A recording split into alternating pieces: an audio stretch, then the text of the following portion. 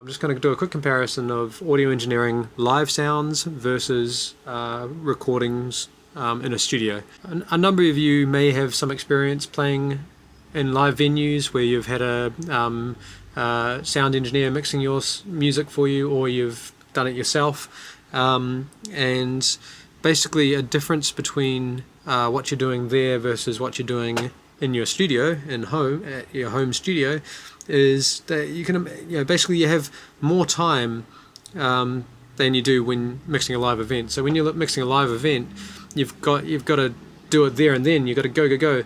Whereas with recording in a studio, you can take a little bit more time with your microphone placement and with your volume settings and levels and all that sort of thing.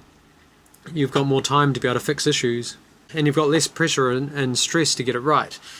So again, when you're doing it live, everyone's there, everyone can hear you, and they can hear if the volume of the vocals suddenly jumps up or jumps down, or if there's a massive kick of feedback in the guitar or anything like that. So basically, when you're recording in a studio, you have a lot more comfort and less of those time pressures and stresses.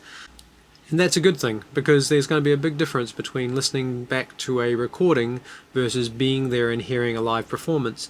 On a live performance, there actually is a bit more forgiveness for bum notes or that sort of thing, or some timing errors in the performance, whereas on a recording there is not as much forgiveness, because the more you listen to it back, the more that kind of is amplified for you and sticks out and becomes more of a nuisance and a issue. Subtle ones can be part of the art, part of the style, part of the class or the groove, but obvious mistakes can be unbearable on a recording. So yeah, so that's just some of the differences between live and studio audio engineering. Okay, so that's it for this introductory course as to what is audio engineering. I'd recommend listening to music and just try and hear some of those things we've talked about. The goal is that I will continue with these courses, again, whether they be in person and some on video on YouTube like this, where I'll go into more detail on some of the techniques and styles. I'll show you how music is captured, and also how it is engineered into songs.